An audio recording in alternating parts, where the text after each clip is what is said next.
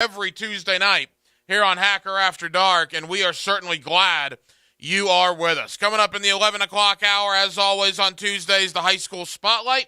We will make stops at Baldwin High School. We'll talk to head coach Robert Shields of Baldwin. We will head to Ribault High School. We'll talk to head coach Aaron Ram Pinckney of Ribault. Of course, Justin Barney, our guy from Channel 4, will join us as well. That all comes up on the high school spotlight in the 11 o'clock hour. Cool event on the hardwood coming up this weekend. Will Holloman, a guy that I graduated with from Wolfson High School back in 2002, actually finished second in the state of Florida his senior year for Mr. Basketball honors. He lost out to a guy you might have heard of named Amari Stoudemire. But Will Holloman, who I believe was second in voting, is putting on the Holloman Challenge over in the Mandarin area at San Jose Prep on Saturday. We'll give you all the information about that coming up later on. And Brent Beard stops by to recap what was a very interesting week of college ball and look ahead to more college football, including Miami, Texas A&M, Florida State, Louisville, Georgia, South Carolina, and, of course, that big one in the swamp between Florida and South Florida Saturday night, the game you'll hear right here on 1010XL. But as always, here on Hacker After Dark, we kick it off with a big deal of the night. Dylan Denmark. Let's do that right now. Time now for the big deal of the night. What's the big deal? What is the big deal? No big deal. It is a big deal. On Hacker After Dark. Speaking of the world of college football, what now for the Florida Gators? All right? College football is an amazing thing. You go back, opening night, September 3rd, Florida beats Utah, dramatic fashion. Amari Burney with the interception. Boy, that seems like a long time ago, doesn't it? It was 10 days ago. It's amazing what feelings can change about a football team in 10 days. 240 little hours. All right, so what now for Florida? Well, let's think about this. They beat Utah, feeling pretty good, jumped up some 20 spots in the polls. They play Kentucky. They have a 16-7 lead on the Wildcats, late second quarter. They do not score again. They are outscored 19-0 to end the game. Kentucky beats Florida 26-16.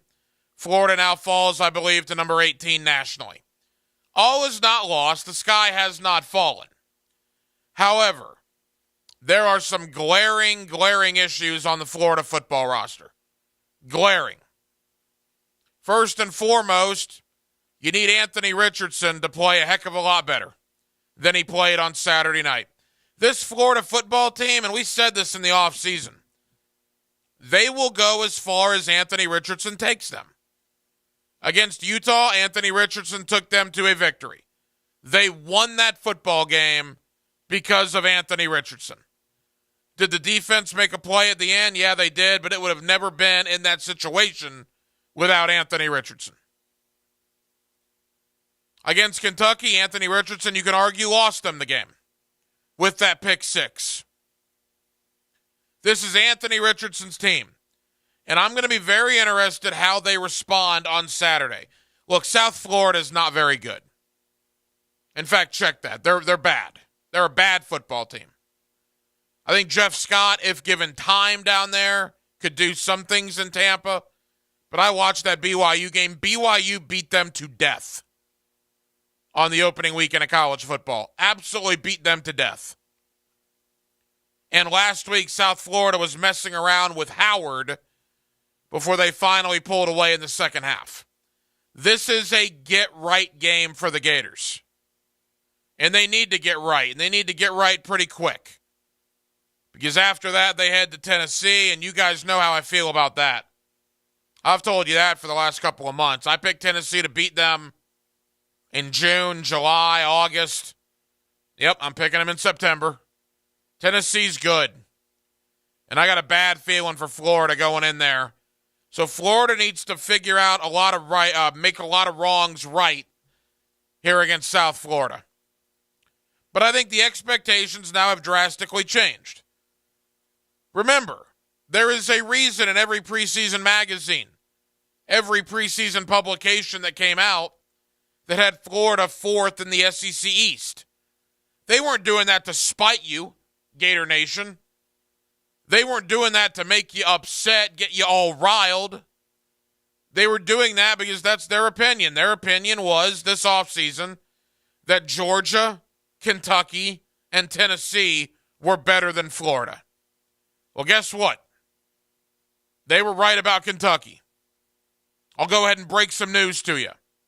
They're right about Georgia, and I believe they are also right about Tennessee. I think Florida is the fourth best team in the East. Again, is it Billy Napier's fault? No, of course not. First-year head coaches. Kirby Smart scorching the absolute earth now on the field, on the recruiting trail. You know what Kirby Smart did his first year in Athens? Lost 5 games, including that Hail Mary to Tennessee. Remember that? Georgia 8-5 in Kirby's first year. Go to Tuscaloosa. The Alabama Crimson Tide. What they've done in the last 15 years. It did not start out pretty for Nick Saban. 7-6 in year number 1 for Nick Saban at Alabama. Go to Jimbo Fisher at Florida State. Now that's a little different because he was on Bowden's staff as a coordinator. But Jimbo lost 4 times his first year as head coach of the Seminoles. 10-4 for Jimbo at Florida State. 8-5 for Kirby at Georgia. 7-6 for Nick Saban at Alabama. It is hard to build up a contending team year number 1 on the job. You did not recruit a majority of the players. You only had, 8-9 months to implement your philosophy, your culture. We'll know a lot more about Billy Napier next year this time than we do right now. But they got to play it out. They got 10 more games. There will be some growing pains. There is absolutely no doubt about that. But this Saturday against South Florida should be a get-right game. Speaking of this Saturday, I believe tomorrow night, a little teaser for you, we're going to have tickets. Gators, Bulls, we'll have tickets tomorrow night to give away here on Hacker After Dark on 1010XL and 92.5 FM. So that's the Gator story. The Miami story. Boy, how this has changed. This has changed in a massive way because of what A&M did last Saturday. Had nothing to do with Miami. College game day was all set to be in College Station. It was going to be a battle of 2 top 15 teams. The Miami Hurricanes, the Texas A&M Aggies, Mario Cristobal, Jimbo Fisher. And what happens? But A&M up and loses to Appalachian State. App State, Andrew Gibson's alma mater. I know he's been fired up all week. And good for him, right on, he should be. That is a heck of a win for his alma mater. But what did that do to this game on Saturday night between Miami and Texas A&M? Oh, it hurt it nationally. Game day bailed on College Station to the point where they're going to Boone, North Carolina for Troy and App State. That's where College game day is. But what did it do to the perception of Miami? This is now, remember 10 days ago? Heck, remember 5 days ago? Miami, the clear underdog, going to College Station. Not anymore. Not anymore. Now it's Miami better go in there and beat the team that just lost to App State. To me, even more pressure is on the Hurricanes. And I agree with something J.J. LaSelva said yesterday as he was wrapping up Baloo's show and we were hopping in here. Of course, J.J., a big Miami fan. I think he's dead on. This has become a game for Miami on Saturday night where if you win, you're supposed to. A&M's down. They just lost to App State. But if you lose, now you lost to a team that lost to App State. And by the way, Miami is an underdog in that game. Yeah, 5.5. And I'm still surprised about that too. I get going on the road. Normally in college, the team gets a touchdown. A&M's terrible. A&M is not very good. A&M was messing around with Sam Houston in the first half before that lightning delay. It was like 10-0 almost at halftime. And then he saw App State push him around. Miami looks like they're better than A&M. But Miami, my point being, Miami's going to get very little credit now if they go in there and win, which is a shame because of what happened to Texas A&M against App State. I'll tell you right now, I do not like Miami going in there after App State beat A&M. I think the Aggies are going to be ready. I think they were embarrassed. I know they're not good, but there are circle the wagon games. There are games for pride. There are games that you just need to win for the program's sake. And I think this might be a circle the wagon game for A&M at home against Miami. And then finally, Florida State. Friday night, ACC football. Again, I cannot begin to tell you how much I hate that Florida State's playing on a Friday night. But the ACC wants some exposure, so okay. Florida State and Louisville this Friday, 72 hours from right now. I thought Louisville was terrible. Louisville went to Syracuse on opening weekend and got boat raced. But then college football's been strange the first 2 weeks. Louisville goes into Orlando last week and beats what I think is a pretty good UCF team. So who is Louisville? The team that got crushed by Syracuse or the team that went into Orlando and beat UCF? We're going to find out Friday night. They got a really good quarterback in Malik Cunningham. Florida State's going to have to deal with him. But what an opportunity for Florida State. What an opportunity. What did we say the entire offseason? You don't necessarily need to beat Clemson or even Wake Forest or Florida. You need to win games like this, though. You need to beat Louisville. You need to beat Boston College. You need to beat Georgia Tech. Teams of that sort. Well, it begins on Friday night. Florida State played very well against LSU. They tried to give the game away, and they almost did. But they blocked the extra point right on. Good for them. They're 2-0. A terrific opportunity to be 3-0. To start out 1-0 in the ACC. But if you go into Louisville on Friday night and you lose to an average ACC football team, how much of the luster does that take off the LSU game? It'd be very similar to Florida. What Florida did against Utah was essentially shattered and crushed with what they did against Kentucky. Florida State is facing a similar deal. If they lose to Louisville, everything they basically did against LSU will be shattered and crushed. But if you beat Louisville, you go to 3-0, you consolidate the LSU win with a Louisville win, probably get ranked at that point. Mike Norvell could finally have something in Tallahassee. Not going to spend a whole lot of time, at least tonight, on Georgia, South Carolina. Why is that? Well, Georgia is a 25-point favorite. 25. On the road at Williams-Brice Stadium. To what I think is a decent South Carolina team. A South Carolina team that was at least in the game with Arkansas midway through the third quarter. Arkansas pulled away, won it by a couple of touchdowns. But this is a South Carolina team that'll go to a bowl game. You're on the road, and Georgia's a 25-point favorite at Williams-Brice Stadium on Saturday. That goes to show you the disparity between Georgia right now and basically everybody on their remaining schedule, which guess what? Would include Billy Napier and the Florida Gators. Georgia will be a double-digit favorite in every game they play up until Atlanta in the SEC championship game, where they're likely to see Alabama. A Georgia loss in the regular season would be a massive, massive upset at this point. 641-1010 is the phone number if you want to get involved on the phone line or on the text line designed by Lifetime Enclosures. You are more than welcome to do so. As always, we are streaming for your viewing pleasure on YouTube, the 1010XL YouTube channel. Just search for Hacker After Dark. Like and subscribe while you're there. Also, on 1010XL Twitter page, you'll see Hacker After Dark streaming there until midnight tonight. With Dylan Denmark, the Hacker Ryan Green with you. Coming up next, into the world of the National Football League, the Jaguars turning the page, starting to focus on Indianapolis. We'll do that as well. It's a Tuesday. Don't want to push time away. A Tuesday night.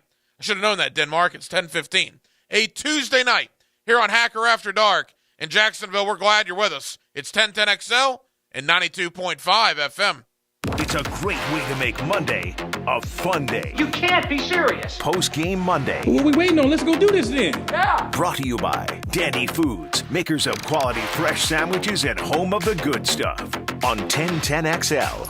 Dell Technologies' semi-annual sale has arrived, and it's time to upgrade to the latest business technology. Save big on laptops and desktops with Windows 11 Pro. Plus, get amazing deals on server, storage, and cloud solutions, as well as top work accessories, including docks, monitors, and more. Dell Technologies recommends Windows 11 Pro for business. Call a Dell Technologies advisor at 877-ASK-DELL. That's 877-ASK-DELL for special business offers during our semi-annual sale. Hey, Matt Hayes here, and I took my car to Expert Automotive on Beach Boulevard. Check this out. They saved me more than 25% on my repair. Plus, they offer a free lifetime warranty on all repairs. Think about that. I never have to pay for that service again. Crazy good deal. Cleanest waiting room I've ever seen, unbelievable service techs, and their customer service is the best, period. They really don't sell greed, just what you need. Check out their amazing Google reviews and visit expertautojacks.com. Expert Automotive on Beach and Peach. Go see them.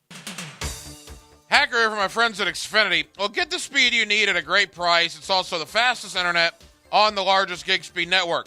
Speaking of gig speed internet is available to 99% of their footprint. You can also enjoy all your favorite apps. They're all in one place. That's with the Flex 4K streaming box. That's free with your Xfinity internet. You can stay connected on the go with over 20 million secure Xfinity Wi-Fi hotspots nationwide, and Xfinity's internet service brings your entire experience together by connecting other services like xFi, Advanced Security, Xfinity Flex, and more. This is based on Xfinity's fastest available download speeds, not available in all areas. Performance may be limited by customers' device configuration. Go to Xfinity.com, call 1-800-XFINITY, or visit an Xfinity store today. Jacksonville, do what I did. Get hooked up with the good folks of Xfinity. It's your boy E.T. And when I get triggered, be sure to check out my slightly salty instant reactions about your home team on all social platforms. Brought to you by Brackish, for those that live life slightly salty. Are you getting hit hard with higher costs and higher interest rates? Is your credit card rate going up every month?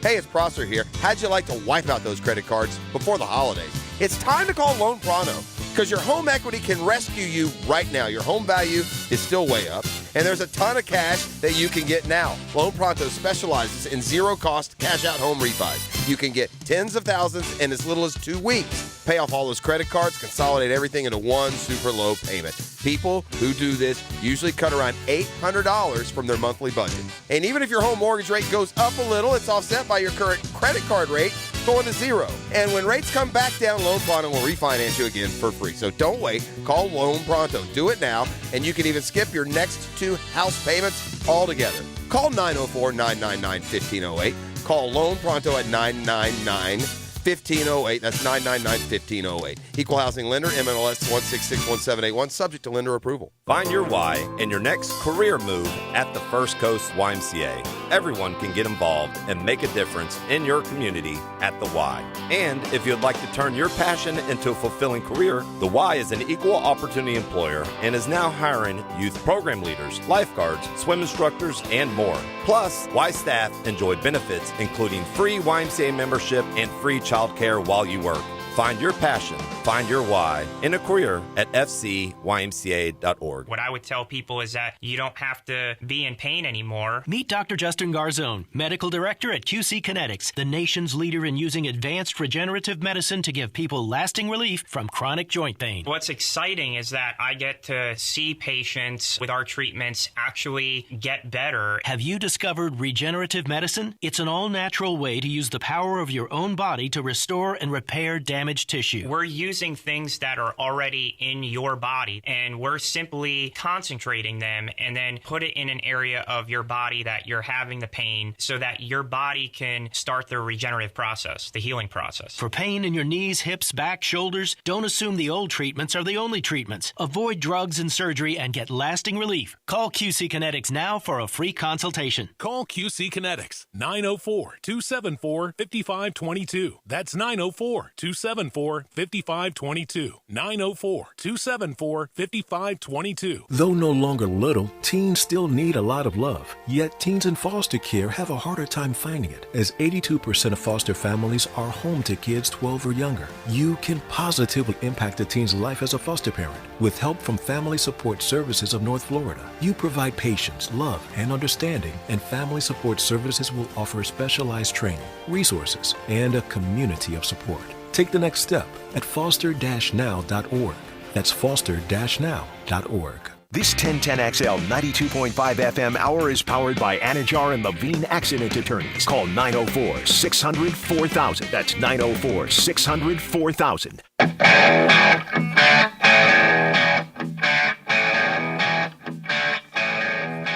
Hacker After Dark on 1010XL.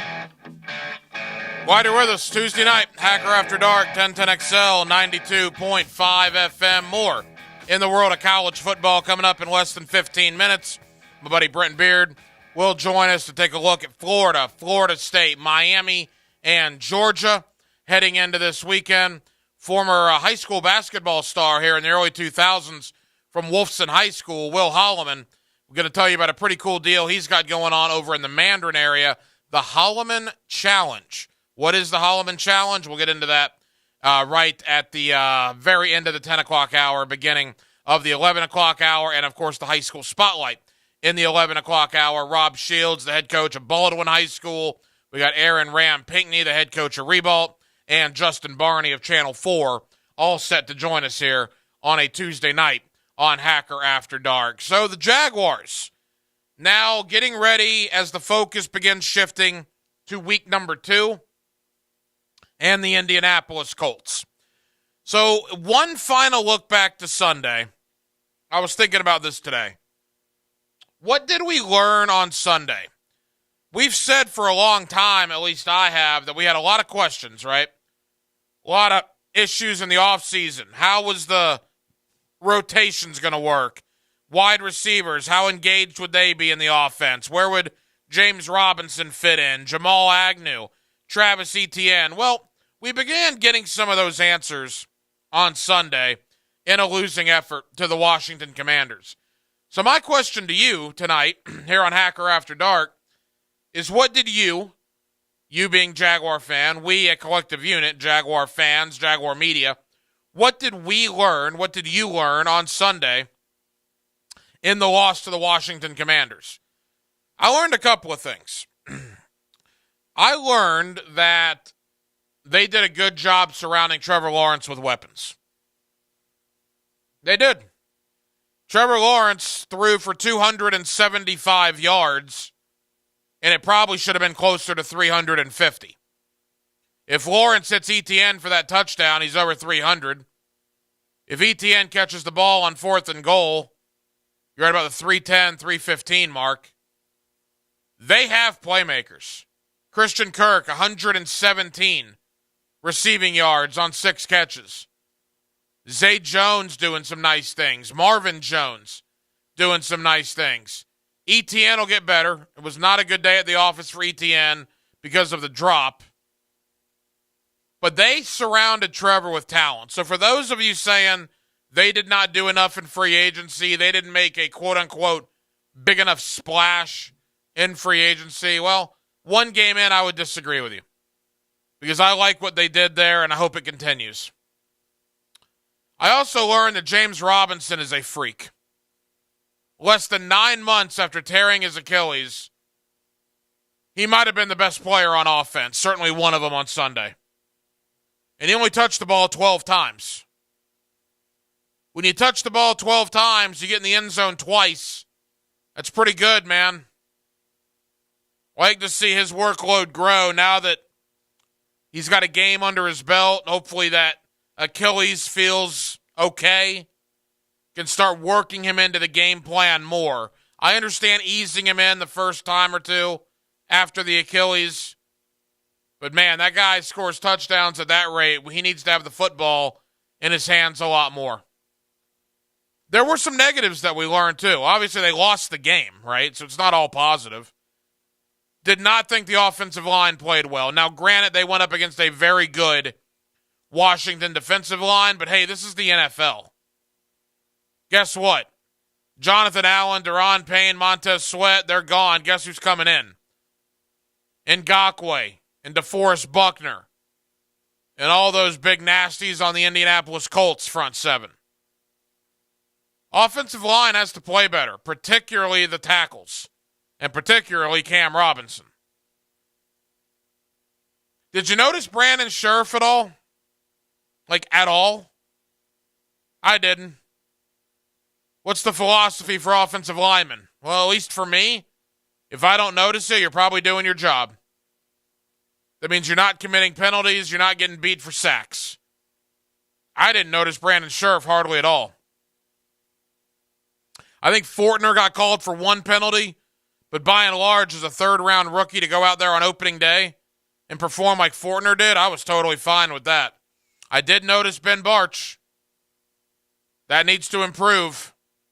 At the left guard spot, I noticed Cam Robinson. I'll tell you a guy I noticed because he left the game was Jawan Taylor. Thought Jawan Taylor was playing pretty well. He, I guess, left the game with cramps. Walker Little came in. Walker Little did not play as well as Jawan Taylor did in his time out there. But offensively, look, I mean, they did enough on offense to win the game. They did not lose the game because of their offense. They lost the game because they allowed 2 fourth-quarter touchdowns to Washington. That's the reality of the situation. After you take a 22-14 lead, you give up a 50-yard bomb, Carson Wentz to Terry McLaurin. That cannot happen. Then on 3rd down and 8, Tyson Campbell reverts back to his old ways of not tracking the ball. And look, Campbell played great up until that. Great. But remember last year, his rookie year? All the preseason and first part of the regular season issues he was having by not tracking the ball. He was in position, he just didn't look for the ball. That happened again in Washington in the 4th quarter. Campbell was right there, in good position. But Jahan Dotson of Washington could see the football. Tyson Campbell couldn't. That's why he caught it. That's why it's a touchdown. That's why the Commanders took the lead and ultimately won the game. So there are certainly things to improve on. Trayvon Walker, going back and watching the game, the interception, the sack, he was great. Although you would like to see a little bit more. I'm not talking about necessarily more sacks or more caused turnovers, but, you know, get back in the backfield a little bit. Have some more quarterback pressures. Although Trayvon Walker, for week number 1, is not somebody I'm going to point the finger at. He did more than his fair share to help Jacksonville. So he was somewhat disappointing was Josh Allen. He made the one play, right, on the reverse, but he did not get to Carson Wentz. I didn't see him get very close to Carson Wentz, actually. Arden Key as well. Arden Key, the star of the preseason, did not get very close to the Commander quarterback on Sunday. So there are certainly things that need to be improved, things that need to be revamped and retooled, worked on. But there are a lot of positives. And I understand Jaguar fans. Quite frankly, I was one of you, and I probably still am one of you to an extent. I moved to Jacksonville when I was 11 years old in 1995. Literally, 60 days before the Jaguars' preseason opener for the Hall of Fame game in Canton, Ohio against Carolina. I grew up in that stadium, right? I've been on sports radio now with you for 20 years. I feel like you and I have a pretty good connection when it comes to the Jaguars. Some of you may not agree with me all the time. Some of you may agree with me more than you'd like to admit. But at the end of the day, we all want to see Jacksonville succeed. No one wants to see a losing franchise. You don't want to do that. And believe me, I don't want to talk about it over and over and over and over and over, like I've had to do for 12 out of the last 13 years. But you look at this team, and I did like some of the things that I saw.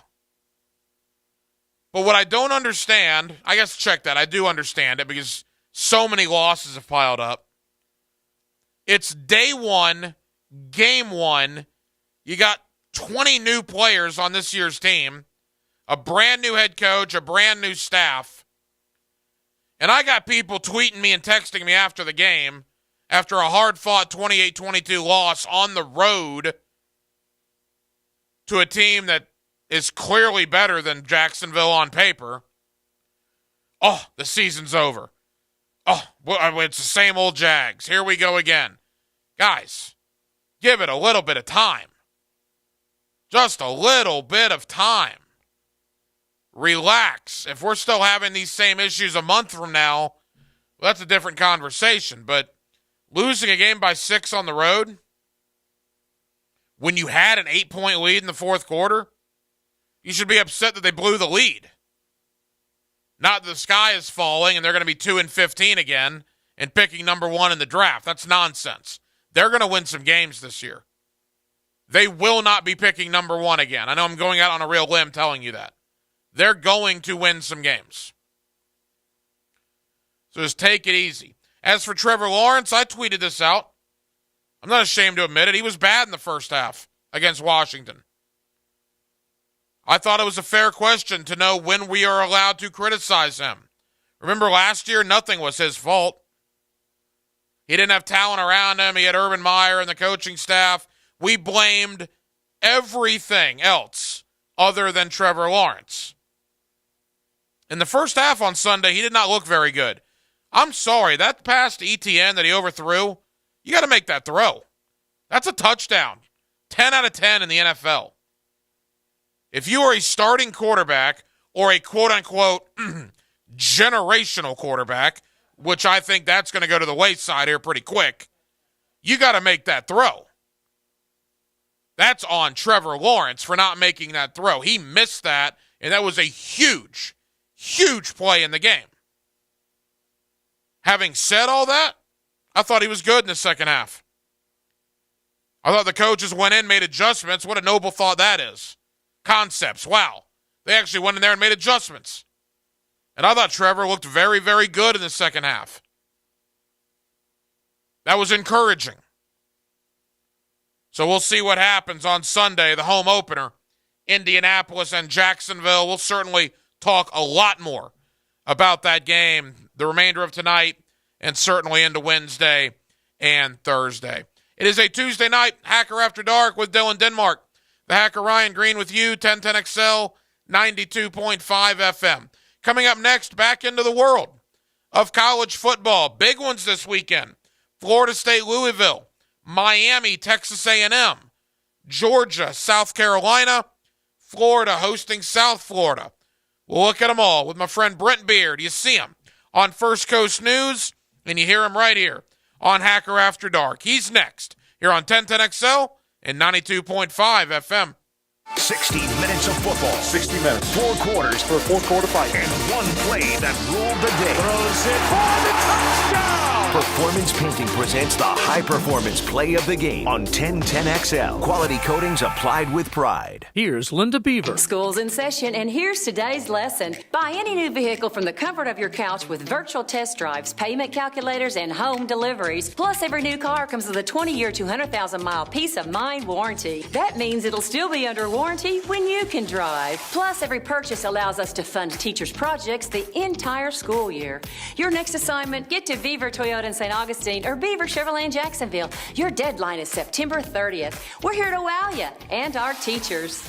This is your Mad Dads Update with Chapter President Donald Ford. Mad Dads is gearing up for our 14th annual motorcycle ride on September 24th. The ride is in support of victims that have died in a violent crime. The ride will begin at Harley-Davidson at I-95 in Bay Meadows, zigzags through the city where murders and shootings have occurred. It will end at Edgewood and London.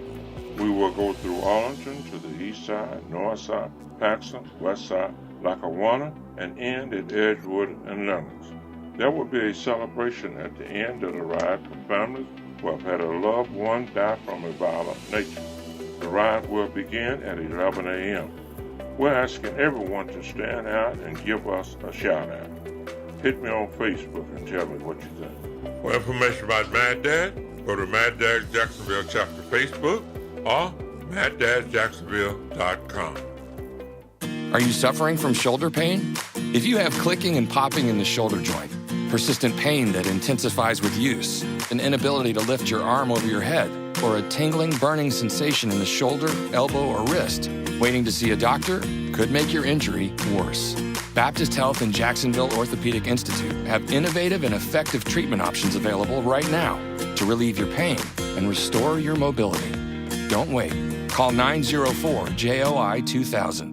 Attention sports fans, your favorite sportsbook, BetUS.com, is back for our 28th year of NFL action. With the industry's best sign-up bonus of up to 200%, BetUS offers our members the chance to cash in on all your favorite leagues, including the NFL, NBA, MLB, and much more. We've also got hundreds of new casino games, including the coolest European slots, and our live dealers are waiting for you at the tables. Sign up at BetUS.com or call 800-79-BET-US and get into the action. Don't forget to mention promo code 1010XL. BetUS, where the game begins. Hey everybody, Mike Dempsey here for Pella Windows and Doors. These intense summer storms are a good reminder to visit the Pella showroom on Phillips Highway. Check out Pella's new Hurricane Shield and Defender series. These amazing windows exceed all coastal requirements for storm protection. Seriously, they can withstand the impact of a 2x4 shot out of a cannon at 50 feet per second. You want quality, style, and protection?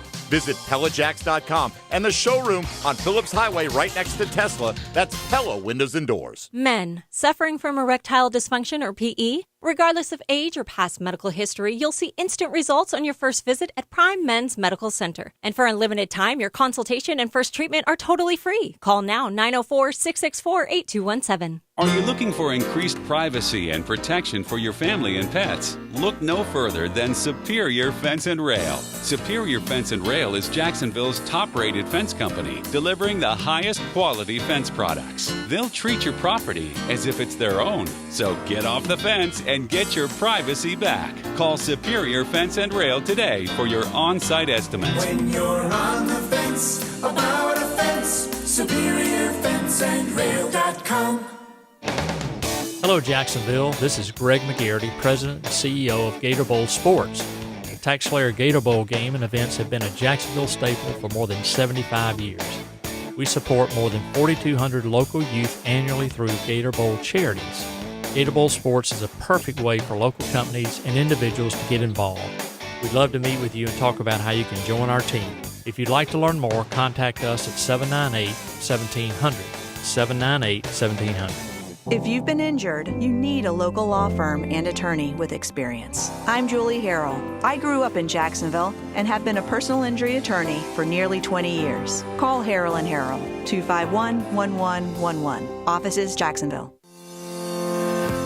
Blackout colon cancer. Hicken here for the Borland Groover Foundation. If you're 45 or older, the ball is in your court to get screened. The key to surviving colon cancer, early detection and prevention. 45 is the new 50. Protect your end zone and get screened for colon cancer now. The Borland Groover Foundation is a nonprofit organization devoted to helping the community and save lives. Visit BorlandGrooverFoundation.com for more. This Day in Sports History is brought to you by Southeast Orthopedic Specialists. On September 13, 1927, Babe Ruth and the New York Yankees clinched the American League pennant. with a 5-3 victory over Cleveland. This 1010XL 92.5 FM hour is powered by Anajar and Levine Accident Attorneys. Call 904-600-4000. That's 904-600-4000.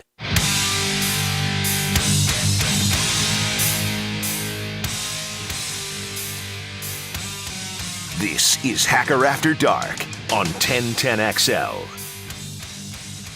Now, hello. Another great guest on the Farah and Farah phone line. Brought to you by the accident attorneys at Farah and Farah. Back here on 1010XL and 92.5 FM in the city of Jacksonville. We are glad you are with us. College football getting into the meat of the schedule. A lot of conference games coming up. A lot of important games in the state of Florida coming up here in week number 3. Let's talk about it with Brent Beard. You get him on First Coast News. You also get him right here with me on Hacker After Dark. Brent, my friend, how are you? Well, I'm doing well. One of the greatest stats I've seen for this week: Kansas, Kentucky, Syracuse, North Carolina, UCLA, Duke, and Indiana are a combined 15-0 in football. Yeah. How about that? Now, normally in basketball you would say that, but not in football. That's something. And Brent, you mentioned Kentucky. Let's briefly recap in Gainesville last Saturday. Look, we've talked all about the Gator side of things because we're, obviously a Gator station. Kudos to Mark Stoops. They had a great game plan. They executed that game plan, and Brent, they were clearly the better team on Saturday. My stars, what would they have been if Chris Rodriguez had played? Yeah. Now, he is supposed to come back for the Ole Miss game in October, but Will Levis, it wasn't tremendous numbers, but he was 13-24 for 202. Cavassier Smoke had 80 yards. And Kentucky only had like 70 yards rushing, but the reality is, besides Mark Stoops breaking Bear Bryant's record and having 61 wins, that the most that a Kentucky coach has ever had, I think people may have been surprised how well they played defensively. Now, look, there's a lot of improvement that needs to be done with this Florida offense, but at the same time, to have the guys out that they did and still play as well as they did. Jordan Wright, for instance, who really played well. Deion Walker, I know, stopped Naquan Wright on a huge third down.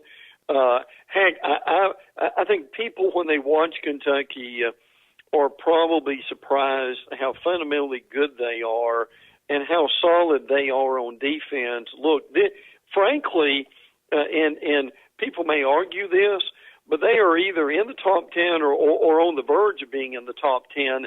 That's a good football team. There's no question about it. And from the Florida standpoint, look, what a difference 7 days makes. Highest of highs against Utah. Fan base believes it's the lowest of lows now, losing to Kentucky. And like you said, getting dominated in the second half. Truth is, it's probably somewhere in the middle. I think Florida will have very little trouble with USF on Saturday. And then they go to Tennessee next week, and that could be a real issue. Well, see, what they can't do is they can't get into a track meet with Tennessee because they're not going to win that. But with Hendon Hooker in that group of receivers, that's not going to work. But you're right. South Florida cures all ills at least for a week. South Florida, they beat Howard, but they still struggled. Howard ended up with 418 yards on offense. With that, the Bulls have given up 70 points and over 1,000 yards in 2 games. So that should help for Florida. And I won't belabor the point here, but I think Billy Napier will do better handling this loss than previous Gator coaches, with him getting them recentered and getting them ready to play. You can't waste a loss. And look, there are guys. Montrell Johnson still had his moments. Trevor Etienne. Trevor may be a superstar before it's over, frankly. I'm not saying he's going to be today. And they've got to get some confidence with Richardson, obviously, that's going to be important. The pick six are just awful. He knows that. Everybody else does too. Now, what got lost in that loss was the Gators' defensive line. Brenton Cox had a pretty good game, frankly. I give him credit for that. But heck, what would have helped them tremendously, and I don't mean bench Richardson, but if they would have had Jack Miller ready to go and to be able to play him just a series or two and let Richardson get on the sidelines and let the speed of the game slow down, I think that would have helped them.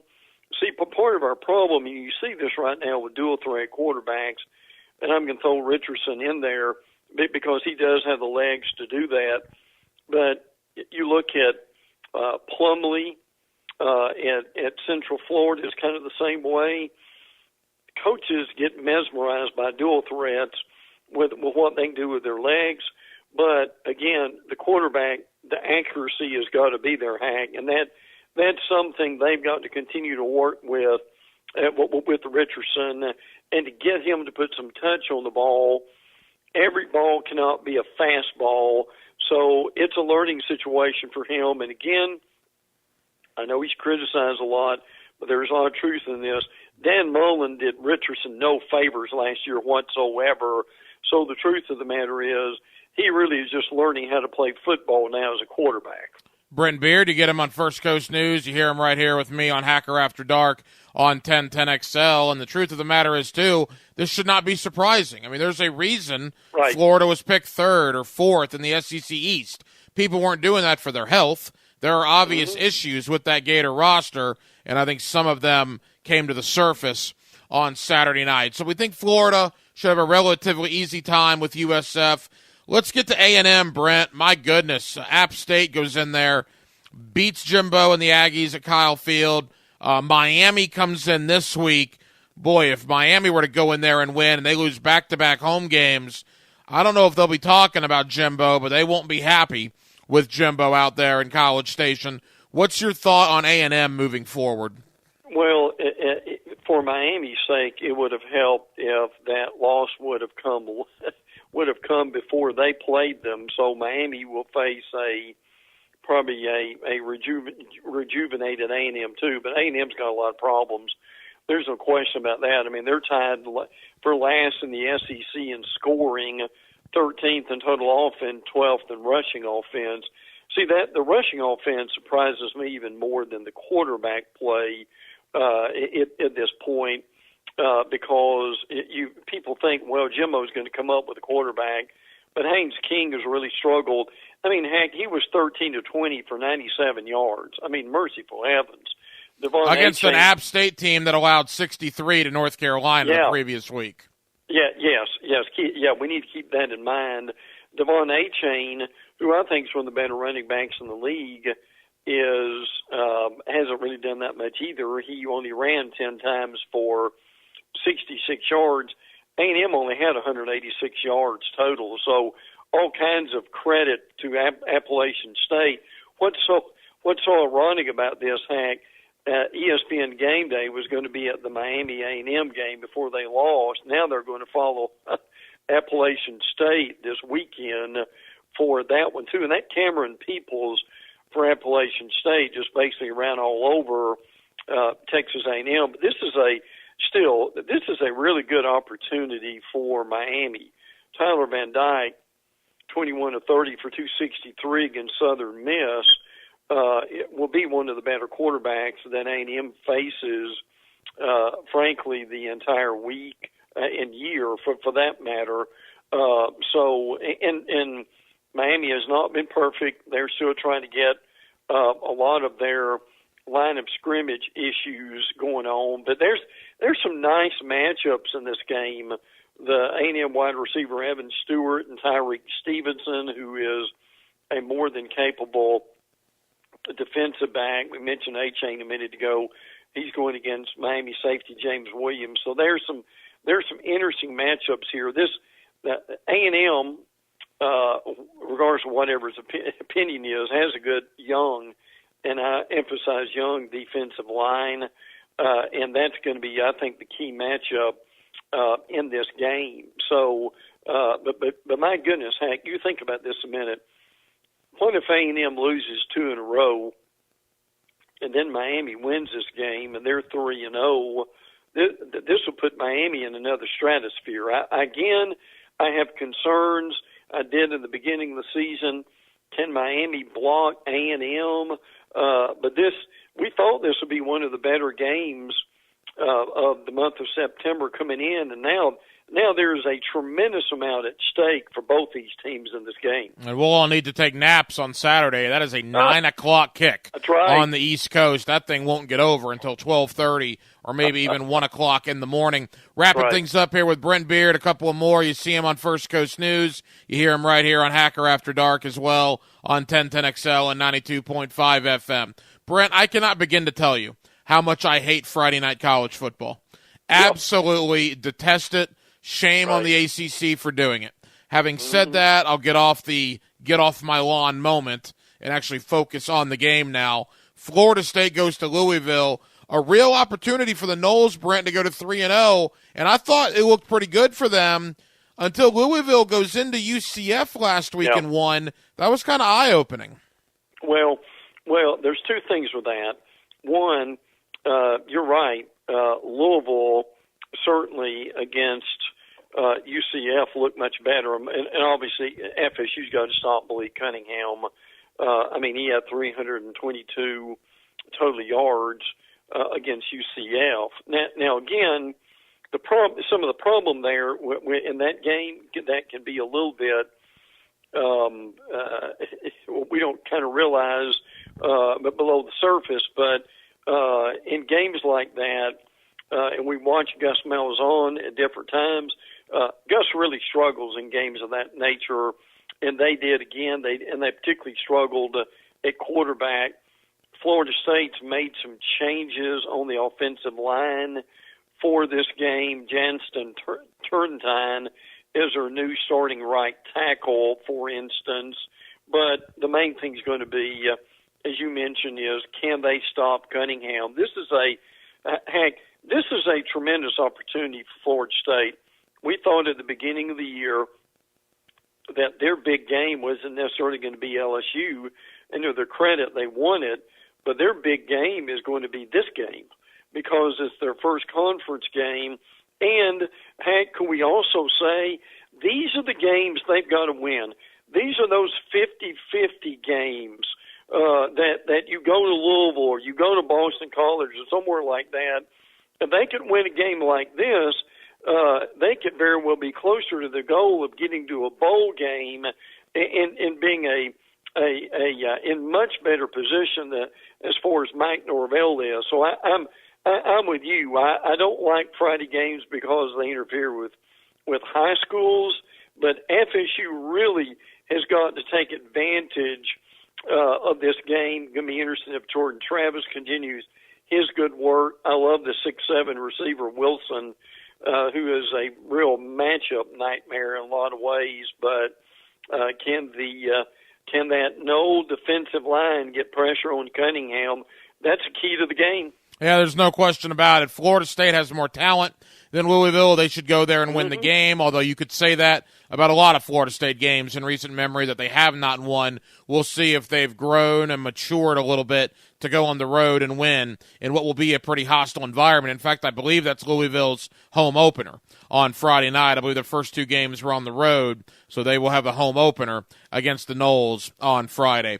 Brent, leave us with this. SEC action this week. LSU, Mississippi State jumps out to me a little bit. Georgia is like a 25-point favorite going to Williams-Brice to play South Carolina. What catches your eye briefly rest of the conference games? Well, I'm with you. LSU Mississippi State is a huge game right now. John Emery Jr. running back returns for LSU. That's going to make a big difference.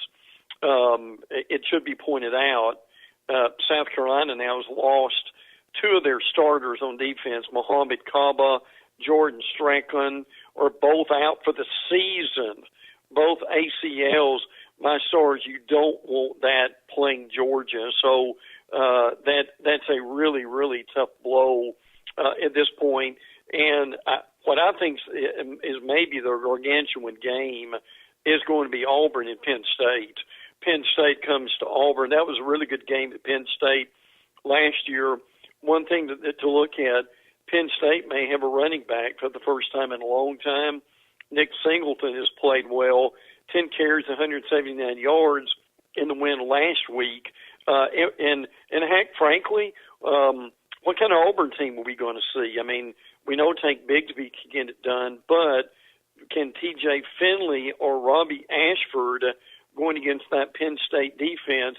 That's going to be a real battle. The Auburn-Penn State game may be the most meaningful game of the weekend. Yeah, it'll be a big one. No one's really talking about Auburn. They survived San Jose State, but boy, if they were to knock off a big boy in Penn State, Auburn would start getting a lot of love as well. Brent Beard, you see him on First Coast News. You get him here with me every week on Hacker After Dark, and we always love the conversation regarding college football. Brent, my friend, thank you very much. Should be a great Saturday. We'll talk next week to review and preview, including that Florida-Tennessee matchup coming up in a week and a half. Thank you, buddy.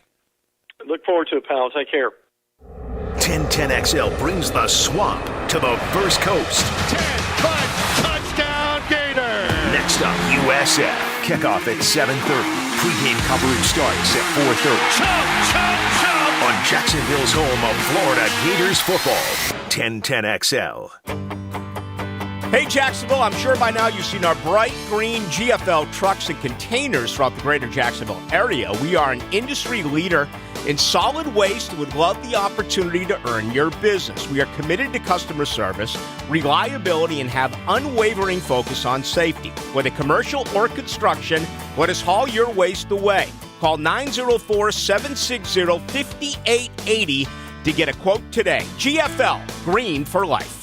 Dell Technologies' semi-annual sale has arrived, and it's time to upgrade to the latest business technology. Save big on laptops and desktops with Windows 11 Pro. Plus, get amazing deals on server, storage, and cloud solutions, as well as top work accessories, including docks, monitors, and more. Dell Technologies recommends Windows 11 Pro for business. Call a Dell Technologies advisor at 877-ASK-DELL. That's 877-ASK-DELL for special business offers during our semi-annual sale. I'm Jeff McCall for Trustline Mortgage, along with my business partners Alan Tyre, Bill Pappas, and Ken Rimley. Have been in business for 32 years. We've seen some incredible mortgage markets. Many of our clients took advantage of these markets to refinance their properties. They lowered their payments, took cash out for college tuition, did renovations, shortened their terms, got rid of their mortgage insurance, even consolidated their debts into one easy small payment. Well, that opportunity is here again right now for you. These rates are extremely low. However, the market is starting to move in a different direction. Inflation, as you know, is already here. Look at the cost of gas, milk, lumber. Don't miss out because you put it off and didn't call. No one wants to hear years from now, I shoulda, I coulda, I woulda. Be a person that gets things done. Call Trustline Mortgage now at 381-LOAN. I'm serious. Call 381-LOAN now while it's fresh on your mind, or visit our website at trustlinemortgage.com. Trust your instincts and follow the line to Trustline Mortgage. Certain restrictions apply. See office for details. Trustline is an equal housing lender. NMLS number 331480.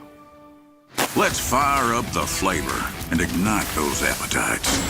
Let's slow down and smell the barbecue. Because all your favorites are smoked for hours and ready for eating when you are. From our famous ribs to slow smoked pork. Enjoy some perfection by the plateful, safely in our dining room or in the comfort of your home. With curbside pickup, drive-through, and delivery. Sonny's Barbecue, local pitmasters since '68. Stay cooler with Bueller. Hicken here. About 2 years ago, I had Bueller Air out to install the nicest system we've ever had at our home. Why did I choose Bueller? Well, they were and still are locally owned, and their service is immaculate. I mean, they really have the coolest guys in town. Right now, they even have 0% financing available on all new systems. So remember, for AC needs, stay cooler with Bueller. Bueller Air. Stay cooler with Bueller. Keeping your body healthy and active leads to a more vibrant life. A great place to do that is the First Coast YMCA. The Y is equipped with state-of-the-art cardio and strength equipment, plus group exercise studios where trainers host activities like yoga, Zumba, and cycling sessions. The full-court basketball gym and indoor 5-lane swimming pool are open year-round. The Kids Zone can keep an eye on your kids while you work on that dad bod. And it's all available with your family membership. Learn more at fcymca.org. You know the rule. Fall is for football. Yeah, but don't forget golf. The Golf Club of Southampton wants to remind you if football takes up most of your weekend, then tee it up during the week at Southampton. Call 287-PLAY and set up a foursome and see the great shape the course is in right now. When temps start to cool, your golf game should be heating up at Southampton. Check out the great things going on with the tremendous practice area, a course that offers tees for every skill level, and a great group of people to take care of you. It's all happening at Southampton.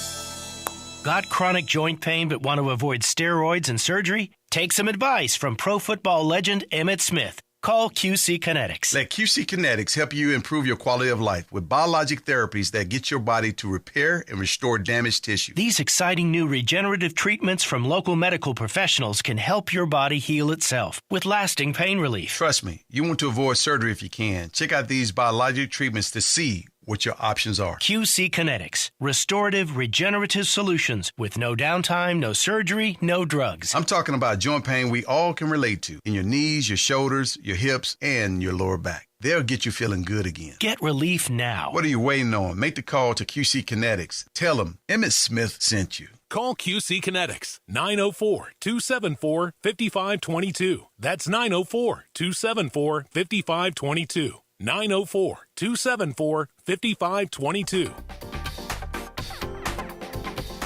Gets hot for playmakers and newsmakers on the Roof It Right Hot Seat. Roof It Right Hot Seat on 1010XL. Listen to Mike and Tony every day for the latest scoops from Jacksonville and beyond. Roof It Right so you can sleep at night. The flagship station of the Jacksonville Jaguars. WJXL FM Jacksonville Beach. This 1010XL 92.5 FM hour is powered by Anajar and Levine Accident Attorneys. Call 904-600-4000. That's 904-600-4000.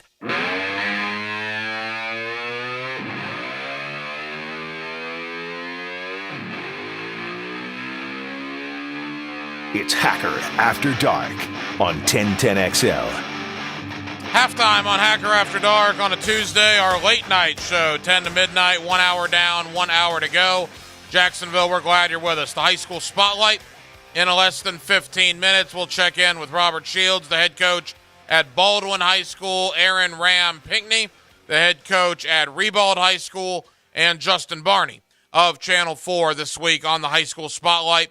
That gets underway in less than 15 minutes. Right now, a pretty cool event over in the Mandarin area this upcoming weekend, the Holloman Challenge. Will Holloman was a terrific, and I do mean a terrific, high school basketball player here in the late 90s and early 2000s. He graduated with me at Wolfson in 2002. They had a couple of state championship runner-up performances.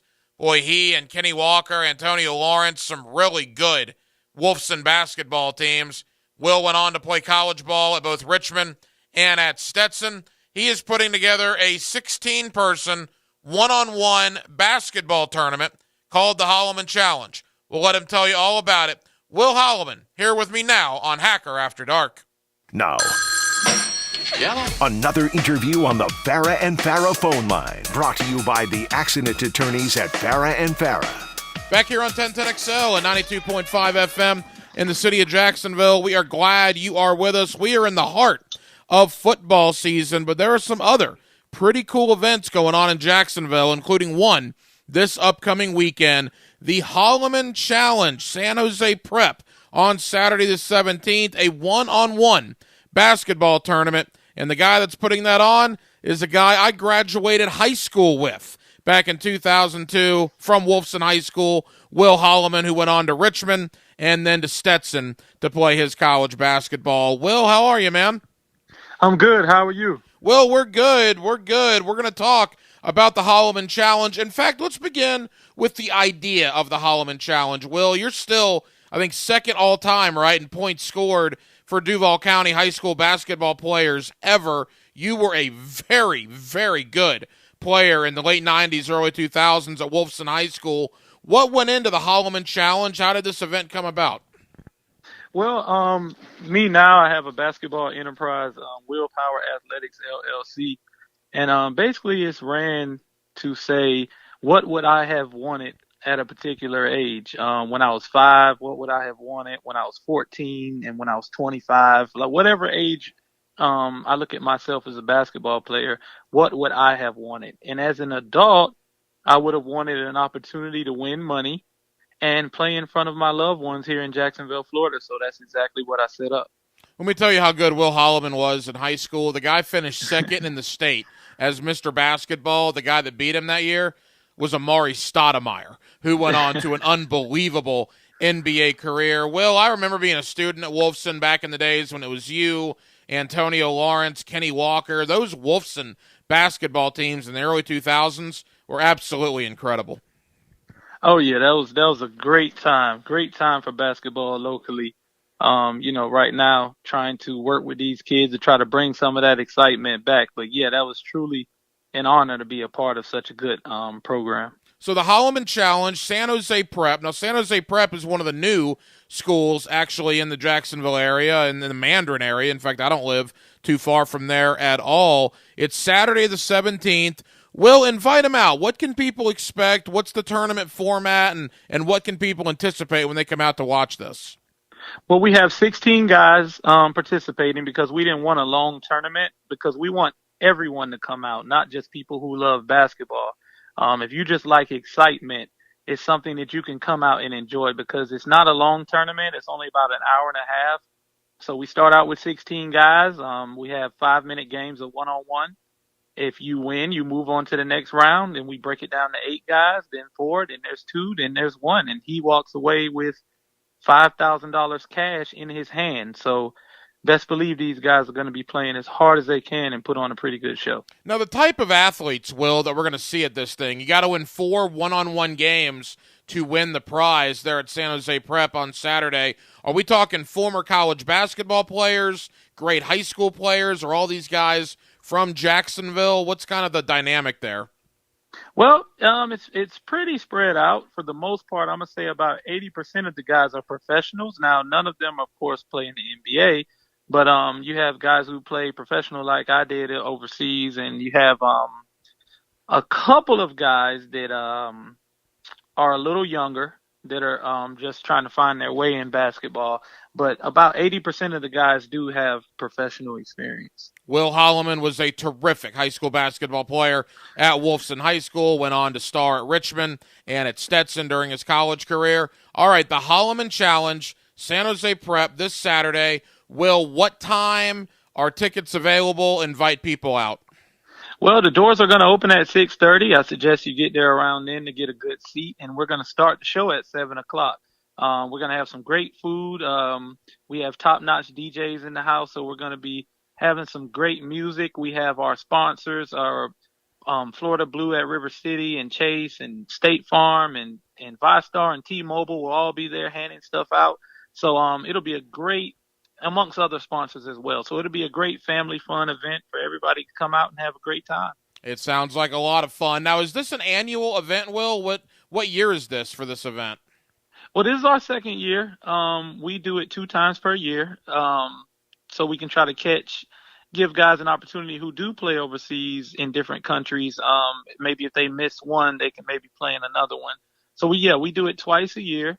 This is the 3rd one. We started out with only $1,500 because I didn't have any sponsors. Now we have 26 sponsors, so we're able to, raise that prize money up a little bit. We were too sweet, right? The class of 2002 there at Wolfson High School. Will Holloman, myself, about 400 or so of our fellow graduates in the class of 02. Will, it's been great catching up, man. Best of luck with the event. Again, the 17th, this Saturday, San Jose Prep, the Holloman Challenge. Doors open at 6:30. Will, appreciate you, man. Best of luck this Saturday. Hey, thank you, man. It was great talking to you. There you go, Will Holloman, man. I hadn't talked to that guy in a long time. That was cool to catch up with him.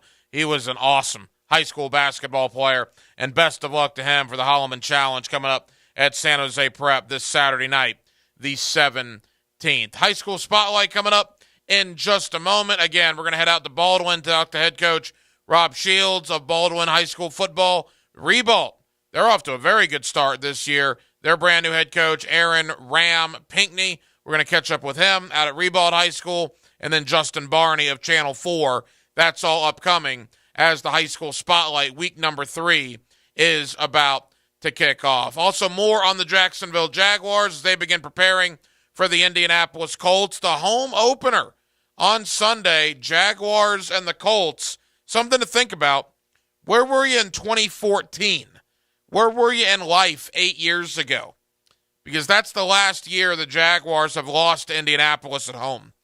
Think about that. What an anomaly that is. Jacksonville's been awful for a majority of those years, yet Indianapolis cannot win here. They haven't won here since 2014. That'll certainly be a storyline coming up as we get deeper into the week. Also more in the world of college football. Florida, Florida State, Miami, and Georgia all in action this upcoming weekend. It is a Tuesday night on Hacker After Dark with Dylan Denmark. The Hacker Ryan Green with you. Jacksonville, we're glad you're with us. The high school spotlight comes up next here on 1010XL and 92.5 FM. A great general knows what to anticipate from the enemy. Out here, it's military law. Hayes Carline takes you behind enemy lines. And I'm in charge of enforcing it. Each week during a Wingstop Kickoff Show, 5 hours before kickoff. Brought to you by Pella Windows and Doors. Waste Management is paying a $5,000 bonus to CDL drivers and heavy truck mechanics for jobs in Jacksonville, Green Cove Springs, Callahan, and St. Augustine. Apply online at WM.com/careers. Equal Opportunity Employer. Here's your 1010XL First Coast Community Calendar. Play poker and help families in the Hold'em for Life Texas Hold'em Poker Tournament. Saturday, September 17th at Blessed Trinity Parish Hall. Call 847-778-8824. To register for Police Athletic League flag football, cheerleading, and boxing, go to jaxpalsports.org. The Amelia Island Charity Golf Tournament and Concert featuring Morgan Evans is Friday, October 21st. It benefits Folds of Honor, and you can sign up at foldsofhonoraigolfevent.org. The Hometown for Heroes Home Buyers Program helps you get your down payment and closing costs paid. Call to learn more. 574-7180. The Wounded Warrior Project provides what medicine and technology can't: community, counseling, and a second chance. Find ways to help at woundedwarriorproject.org. If you're involved in a community event and you'd like us to help spread the word, find out how at 1010XL.com. Attention sports fans, your favorite sportsbook, BetUS.com, is back for our 28th year of NFL action. With the industry's biggest sign-up bonus of up to 200%, BetUS offers our members the chance to cash in on all of your favorite leagues, including the NFL, NBA, MLB, and more. We've also got hundreds of new casino games, including the coolest European slots, and our live dealers are waiting for you at the tables. Sign up at BetUS.com or call 1-800-79-BETUS and get into the action. Don't forget to mention promo code RADIO. BetUS, where the game begins. People often think if they don't have symptoms, they shouldn't get tested for colon cancer. If you're 45 or older, it's time to get checked. Hicken here for the Borland Groover Foundation. The key to surviving colon cancer: early detection and prevention. Protect your end zone. If you're over 45, ask your doctor about a colonoscopy. 45 is the new 50. The Borland Groover Foundation is a nonprofit organization devoted to helping the community and save lives. Visit BorlandGrooverFoundation.com for more. Men suffering from erectile dysfunction or PE, regardless of age or past medical history, you'll see instant results on your first visit at Prime Men's Medical Center. And for unlimited time, your consultation and first treatment are totally free. Call now, 904-664-8217. Okay, for this Cannons of Jacksonville commercial, we need an idea to really come out with a bang. Like having a guy shot out of a cannon. Nah, too messy. In fact, Cannons is known for all your towing needs. So like my car won't start. No. Towing products. Cannons does custom welding fabrication and installation of trailer hitches, goosenecks, tow bars, truck racks. So you might say Cannons is my best shot at finding that inventory in stock? Boom. You said it. Visit cannonsofjacks.com. Hurricane season is upon us. Make sure your roof is protected.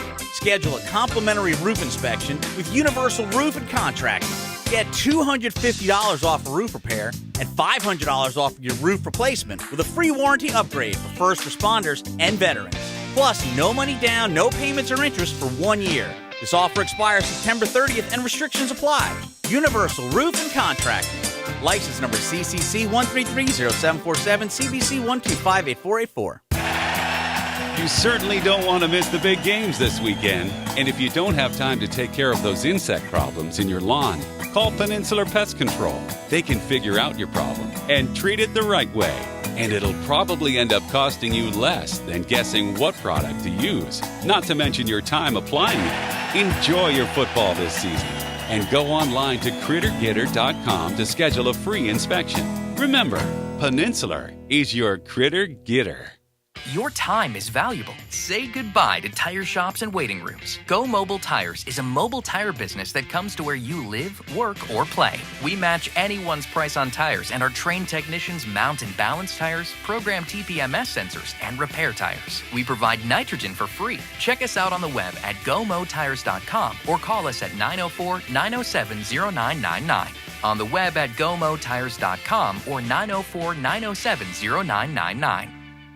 Hey Gator Nation, Joe C. here. We'll be live at the T-Mobile store in the Aug off US 1 and 312 this Friday with a chance to win tickets to the Gator home game against Eastern Washington. It's the T-Mobile Ticket Tour, and we'll be giving away Gator tickets, prize packs filled with, of course, tickets, hospitality, parking, $100 in gas, and food provided by our awesome barbecue friends over at Sonny's Barbecue. Come on by and say hello. Put your name in the hat for the Gator Football Game Day prize pack. It's the T-Mobile Ticket Tour with XL Primetime. No purchase necessary. Open to Florida residents 18 or over. See site for details. Void where prohibited. Football, family, and tradition. After the game, join Hacker and Andrew Gibson. Southeast Orthopedic Specialists, Friday Night Lights. Presented by Duck Duck Rooter Plumbing and Septic Services on 1010XL. This 1010XL 92.5 FM hour is powered by Anajar and Levine Accident Attorneys. Call 904-600-4000. That's 904-600-4000. Time now for Hacker's High School Spotlight on Hacker After Dark. And welcome into the High School Spotlight on 1010XL and 92.5 FM. We are glad you are with us. Week 4 of the high school football season on the horizon. District play begins, rivalry games fire up as we are getting into the meat of the high school football schedule. There is a big one, nice rivalry game, just a little outside the Jacksonville area, although not that far, between Baldwin and Baker County on Friday night. And let's head to Baldwin High School right now, talk to head coach Rob Shields of Baldwin. Coach, how we doing? Doing good, Hacker. Thanks for having me. Hey, Coach, always appreciate the time. Let's take a look back on the first 3 games to this point. Certainly want to look ahead to Baker County as well, but 2-1 for you guys, an impressive win over Fernandina Beach this past Friday night. Where do you assess your team 3 weeks into the year? We're young, we're still growing, but we're heading in the right direction. We've gotten a little bit better each week and hope to continue to do so. You know, my producer, Dylan Denmark, is a Baldwin alum. I know he's been out there at practice a lot with you guys, and I get the Baldwin update pretty much every day from Denmark. And the one thing that he does say, and you just alluded to it, you guys replaced a lot of seniors last year. You're a young football team. I believe you told me, like 9 ninth graders are getting significant playing time on the varsity. What are some of the challenges with that for you and your staff? The biggest thing is keep the young guys focused. We've got a pretty good core of older players. Cortez Martinez and Jihad Miller, and my quarterback. Jalen Hitchens are the seniors that lead us. And then they've got to do a good job, which they have been, of bringing the young guys up to the standard. You know, we have expectations, and they're not necessarily easy to meet, especially as the ninth graders. You know, they're just trying to figure out high school, let alone football. You know, you talk about expectations. There are kind of expectations with Baldwin. You guys have won a ton of regular season games in the last, 3 or 4 years. You had an undefeated regular season. But like you said, I'm not going to call it a rebuilding of Baldwin, but are there different challenges this year than what you've experienced as a head coach? Every year is a challenge, but yeah, it's definitely the youngest group I've ever had. We've definitely pared the playbook back some and simplified things on offense. The defense is, pretty much the same. Coach Velvet does a great job over there getting those guys ready to play.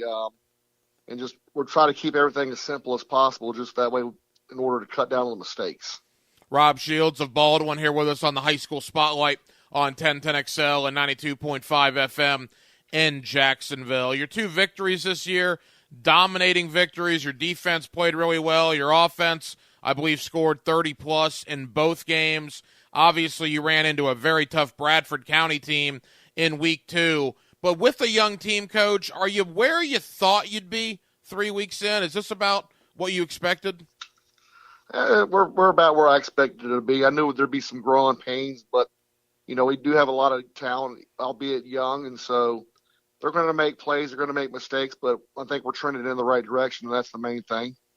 Everybody in the area has had to deal with weather. I mean, it's raining every afternoon, and not only is it raining, it is pouring every afternoon. And some of these high school fields around here, quite frankly, aren't equipped to deal with this much water, this much rain. What has been the situation for you guys in dealing with the elements so far this year? There's a couple of days where we've had to go and just watch film. I think one day there was a tornado warning, so they wouldn't even let us go to the cafeteria. We kind of had a shelter in place, which was kind of crazy. I think the county made that call. Right now, my field's basically a mud pit, but then so is everybody else in the area. So, we're getting a little bit dirty, but it is what it is at this point. Rob Shields of Baldwin, you got a big one Friday night. We talked last week on the postgame show, Coach. I don't know if Baldwin and Baker County gets enough credit for the rivalry aspect that it is. What is it, like 8 miles in between schools there, between Baldwin and Baker County? That's a nice rivalry that you guys have out there with the Wildcats. Oh, it is. Their whole town will be there. Our whole town will be there. We're going to their place, a hostile environment. If you've never been to a game out in Baker County or Baldwin for that matter, it's a great atmosphere at both places. And, it's going to be loud. The bands will both be playing. The cheerleaders will be out there. It'll be jam-packed. It's going to be fun.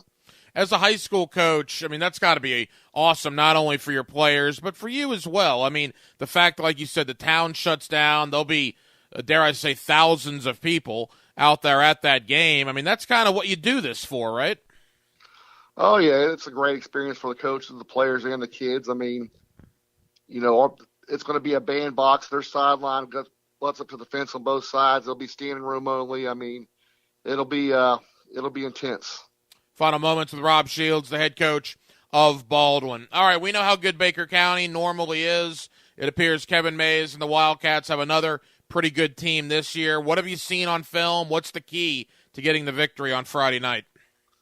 Find a way to slow number 1 down. The running back, Cam Smith, he's a dynamic player. All the coaches that come through I talked to, they asked me who's the best player you played last year. It was him. Great vision, great speed, great balance. We're going to have a great game plan for him, but he's one of those guys that is good enough to make you look bad even when you're right. The quarterback's a good player. He can run it too. And then 13 Hollins, the defensive end, I think had 25 sacks last year. You watch his tape, he explodes off the ball, and we're going to have to try to slow him down as best we can. They're well coached, they're well disciplined. They got a lot of talent. We've got some talent. It should be exciting. I tell people, look, we got Bowles and Trinity Christian Friday night. That's going to be a huge game. If you're looking for another atmosphere, another great rivalry, another big part of Friday Night Lights this Friday night, head out to Baker County. It's Baldwin and Baker County. Bragging rights on the line between 2 pretty good football programs. Rob Shields, the head coach of Baldwin. Coach, best of luck on Friday night. We hope we're talking to you on the Friday Night Lights postgame. Thanks, Hacker. I appreciate it. And thank you again, head coach Rob Shields of Baldwin. They got a big one on Friday night. Baldwin and Baker County. Nice little rivalry game out there between Baldwin and Baker County. Another big one on Friday night will be between 2 first-year head coaches, Ribault and Westside. Let's head to Ribault High School here on the High School Spotlight on 1010XL and talk with Coach Aaron Pinckney, more lovingly known as Coach Ram of Ribault. Coach, how we doing? Hello, how y'all doing? Good. Thanks for having me. Hey, Coach, we always appreciate the time. You got a big win last week as the head coach out there at Ribault. It must have been a great weekend for you, enjoying that first victory. Anytime we can get a win is always good. Coach, what has gone right for you guys so far this season? Obviously, you're off to a good start, your first year as the head coach of that program. What are some things that have gone well for you? Changing the culture of the program and the discipline, man. A lot of those kids I done either had in the middle school level or the Pop Warner level, they done got much older, so we kind of all reunited again, so it becomes easier for them. It's just a perfect fit to be here, but it's more the discipline part of it. It's been huge for the program just to see the change. Coach Aaron Pinckney, lovingly called Coach Ram, out there at Ribault. Where did the Coach Ram nickname come from, if you don't mind me asking? That goes all the way back as a kid, man. My grandma called me that. If I had the answer to tell you, I could tell you, but it's just been with me all my life, so it don't have anything to do with football, I can tell you that. Well, trust me, I'm talking to Coach Ram, and I'm Hacker on Hacker After Dark, so I know all about nicknames, Coach. Believe me there. Look, we talked last Friday on the postgame show about rebuilding a public school in Duval County, a public school that was once very good, had certainly fallen on some hard times, but it can be done. You look at what Rodney DeBose did at Westside. You look at what Christopher Foy is doing right now at Jackson. I mean, the blueprint is there, Coach. Are you talking to some of these guys that have been in your shoes to try to rebuild a once proud public school program? I am talking with a bunch of great positive head coaches that's still in the process of coaching and some that have coached. Foy, man, I've reached out to him. Coach Martin Lee has been a major plus. Flynn, that formerly used to coach here, Coach Mallory, Coach Wiley from Reigns. So one thing about it, I done reached out to a whole lot of guys that gave me some great input. So I kind of took a little bit of all that and put it into what I want to see in the program. It's been working. And briefly, Coach, to that point, what are some of the pieces of advice you've been getting on rebuilding the program out there at Ribault? The number one thing I think I've gotten from all of those guys, continue to have structure into the program. Lay down your foundation of what you want to happen and what you want to see happen and stick with it. And implement that discipline. Once you get that discipline implemented, and the win's gonna come. And it's true. It's a true statement. You get the discipline, the win's coming.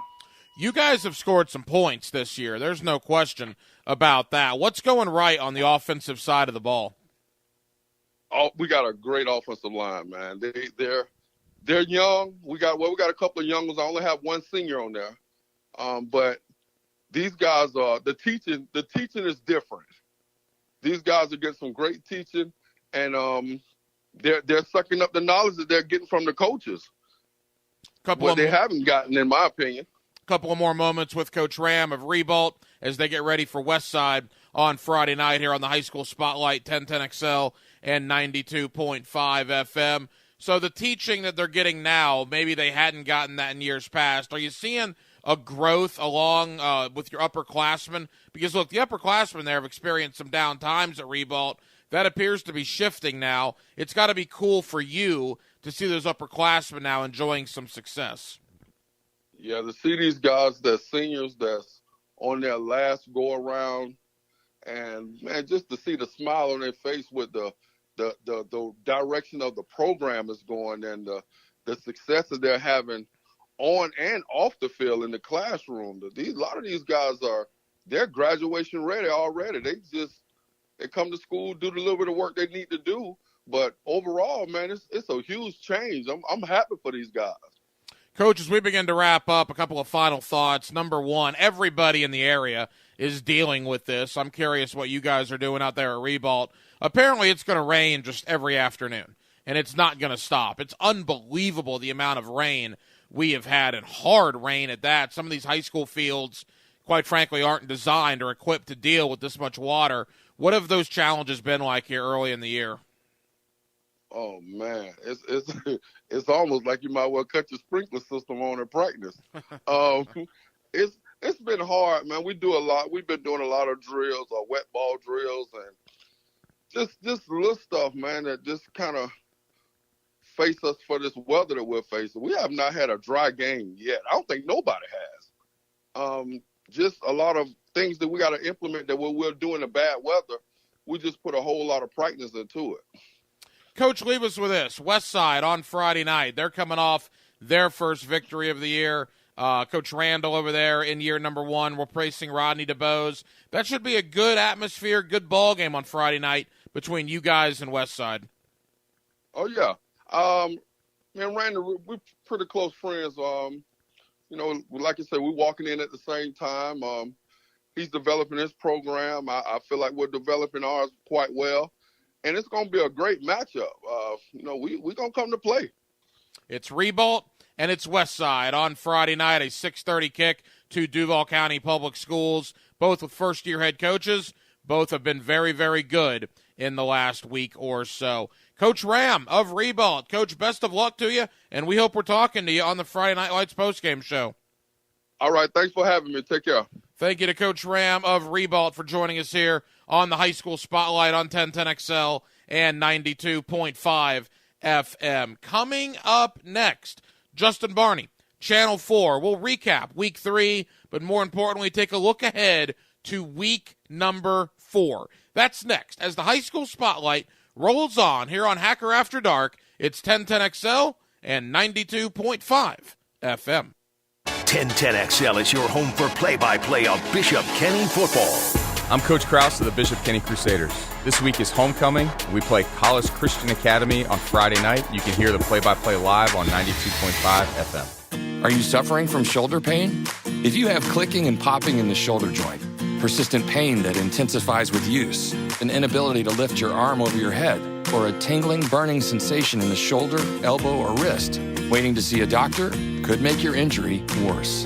Baptist Health and Jacksonville Orthopedic Institute have innovative and effective treatment options available right now to relieve your pain and restore your mobility. Don't wait. Call 904-JOI-2000.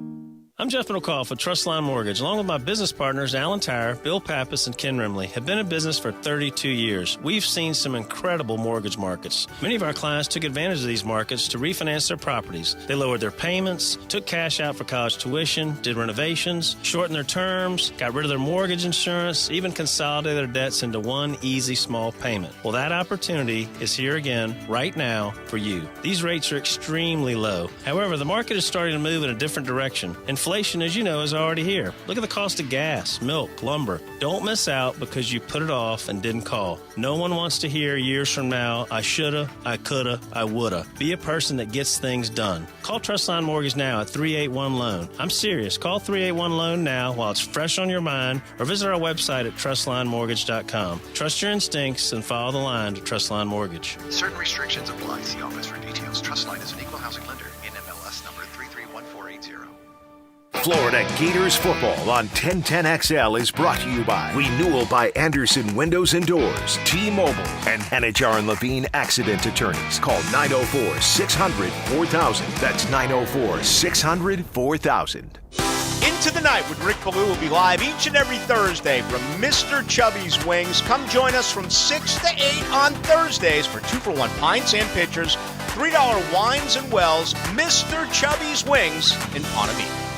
Prosser here, and you have to sell your home. If you know you can get guaranteed offers within 72 hours, or it'll get sold for free, wouldn't you follow up? Well, Chad and Sandy are going to do just that. Look, you need a bigger home for your office or a growing family. Chad and Sandy are the only real estate experts I trust and recommend with the sale of your home. Chad and Sandy guarantee multiple offers on your home in 3 days, or it's sold free. Get maximum convenience and maximum sales price. No required costly repairs. Pick your move date. Stay in your home after the sale while you close on your dream home. No long-term contracts, and you can cancel at any time. Catherine in Hickory Hammock said our divorce was long final, but we were stuck. We were unable to move on for years because we still owned a home together and couldn't agree on a realtor or price. I met with Chad. He had a plan we couldn't refuse. The home sold in just 3 days at $17,000 over list. Call the agents I trust and recommend. Get multiple offers in 3 days or sold free. Call Chad and Sandy today or go to ChadAndSandy.com. Golfers, tee it up this fall at Edwin Watts Golf Shops for big savings. Save up to $150 off on Ping G425 woods. Upgrade your gear with discounted Wilson stand and cart golf bags. And stock up on TaylorMade Distance Plus golf balls. Now up 2 dozen for $35. Don't miss these items and more happening now at Edwin Watts Golf Shops and get a free custom fitting today. Edwin Watts Golf Shops, home of the 90-day satisfaction guarantee, or shop us online at worldwidegolfshops.com. Jeff Prosser here. Do you have a damaged roof on your home? I did too, so I had Ken Lawler and his team help me get my roof replaced through my property insurance. Ken, tell us how it works. Jeff, our team walks you through the process and eliminates the confusion that comes with filing an insurance claim and getting it properly settled. It's all free if we don't recover money for your claim. If you have a damaged roof, call Fifth Element Adjusting or visit FEAclaims.com. If you're happy with the outcome of your claim, Fifth Element Adjusting will not be able to help you. Ken Lawler, DFS number P213199. Monahan Jewelers is Jacksonville's source for fine jewelry and certified diamonds for 45 years. Have confidence knowing that you're buying the highest quality diamond at the best price. Monahan's has the inventory of several jewelry stores in one location with unbelievable prices. Diamonds, gemstones, and gold jewelry for every budget. At Monahan Jewelers, expect a huge inventory, great prices, expert jewelry repair, and fantastic service. Visit us at MonahanJewelry.com or call 246-GOLD for Monahan Jewelers in Atlantic Beach. Time now for a medical recap.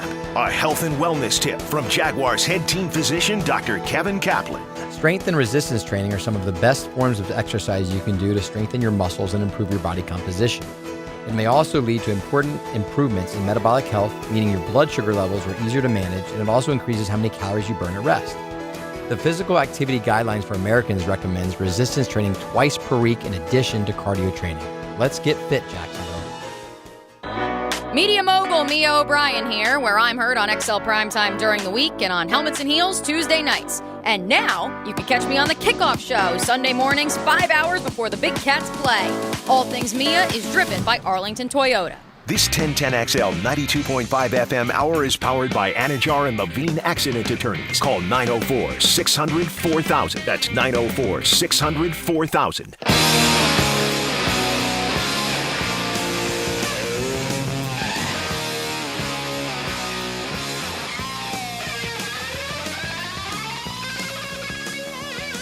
Hacker After Dark on 1010XL. Now, hello. Another great guest on the Farah and Farah phone line. Brought to you by the accident attorneys at Farah and Farah. Back here on the High School Spotlight, 1010XL and 92.5 FM. 3 weeks of the high school football season in the books. Week number 4 on the horizon, which includes a big one between Bowles and Trinity Christian. Justin Barney of Channel 4, always kind enough to join us here on 1010XL here in Jacksonville. Justin, how you doing? Not bad, Hacker. Thanks for having me today. Hey, Justin, always appreciate the time with you here on Hacker After Dark. Let's take a look back. Georgia versus Florida on the high school gridiron. 7 games up in Brunswick. There was some good and some bad for our local schools.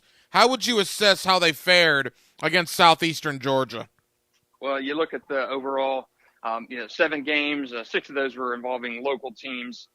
So if you look at the local perspective, I think our local teams fared okay. Creekside won, Baker County with a nice game, University Christian won. So the 3 wins there. If you stretch it out to the 7th game, Madison County, which is out of our coverage area, wound up losing that game. So giving the series to Georgia 4-3, but I thought a good showing for our Florida teams. A little disappointed in the losses for our Florida teams with Bowles losing 20-3 to Brunswick, and then St. Augustine losing 34-14 to Coffee. And again, toss up. You see these teams and you haven't seen them before, so I think it's a good experience for our Florida teams to get that experience when you're going up there in an unfamiliar situation. You got weather delays and you're playing on a turf field in front of a different crowd. And I think that experience is great. It's comparable to, I think, a playoff environment for some of these teams. So I think it was only good can come from it.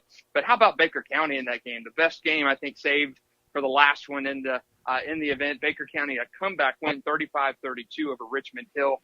And Cam Smith, you got to give a shout out to Cam Smith. 10 touches in that game, 336 yards and 3 touchdowns. Unbelievable game for him. And I believe he had an 80-yard touchdown run, a 92-yard catch. Just a great game for Cam Smith and Baker County. They made a goal line stop with 40 seconds to go, and that ran out the clock. Just an unbelievable game to cap that Baker Sports Border Classic. So I think all in all, a very good performance up there. Another guy, Nicky Williams, Creekside running back, 3 touchdowns, including the game winner, in a 21-20 win over Glen Academy, just a driving rainstorm. So Creekside 3-0, nice one there. Baker County stays undefeated with that performance.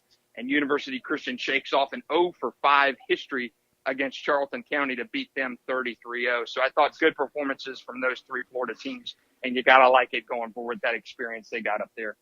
Justin Barney of Channel 4 here with us on 1010XL in Jacksonville. Justin, we see this more and more as the years go by, the southeastern Georgia teams playing the northeastern Florida teams. Is that something you think we'll continue to see and maybe even see more of as the years go on?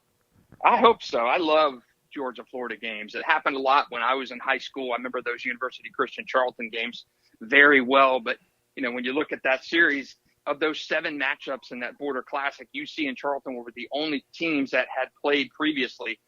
As I said, 5 wins for Charlton County in that series. So you'd like to see that a little bit more often. I know Bartram Trails played Brunswick in the past. Bowles has played some Georgia teams. West Nassau has a history of playing Georgia teams. So I just like to see that more often. It's across state lines. It's a great matchup. If you've never been to a South Georgia football game or any football game in Georgia, you are missing out. I know Florida football is regarded as one of the best, if not the best in the country, alongside Texas and California. But man, Georgia football is something else. If you never get a chance, go to a game. Brunswick up there, the city championship between Brunswick and Glen Academy coming up next week, and that will be an excellent game. Not uncommon to see 7,000 to 10,000 fans in that one. So an interesting matchup. I'd love to see Florida-Georgia games happen more often. And, with Baker Sports involved, maybe that will happen with some of those matchups getting made a little bit more frequently. But, again, I am a big fan of that. Don't think we've seen it enough. And it's great for both sides of the border. You see an unfamiliar opponent. You're on a different kind of field. You're a different kind of environment. And I think it really kind of gives both teams a little bit of a taste for the playoffs because you're not really used to seeing those uncommon opponents or making a trip like that during the regular season. So I hope we see a lot more of that in the future. Justin, we're 3 weeks into the year. Let's go rapid fire. I'm going to give you a team. Give me a quick thought. Most of these teams have gotten off to great starts. We'll start with 3-0 Bishop Kenny. They surprised last year, and I like what Tim Krause is doing over there. He's got a very good quarterback. James Reeser just committed to Iowa.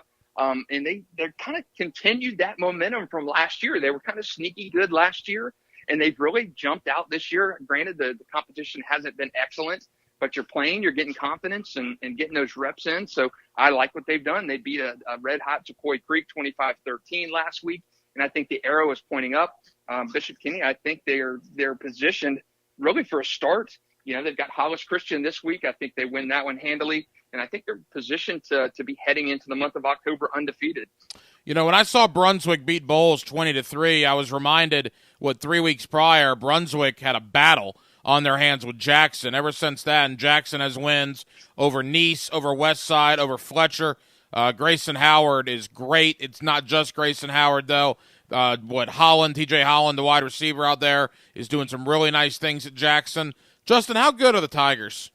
They are very good. I've been beating the Jackson drum for the last year and a half. Christopher Foy has done remarkable stuff over there, and you gotta kind of wind the clock back on Jackson. If you look at the era, Kevin Sullivan was there, and they had a great success under Kevin Sullivan. He left in 2009, I believe, and to go start Atlantic Coast, and you had Quinn Gray there. He led them to the playoffs in one season.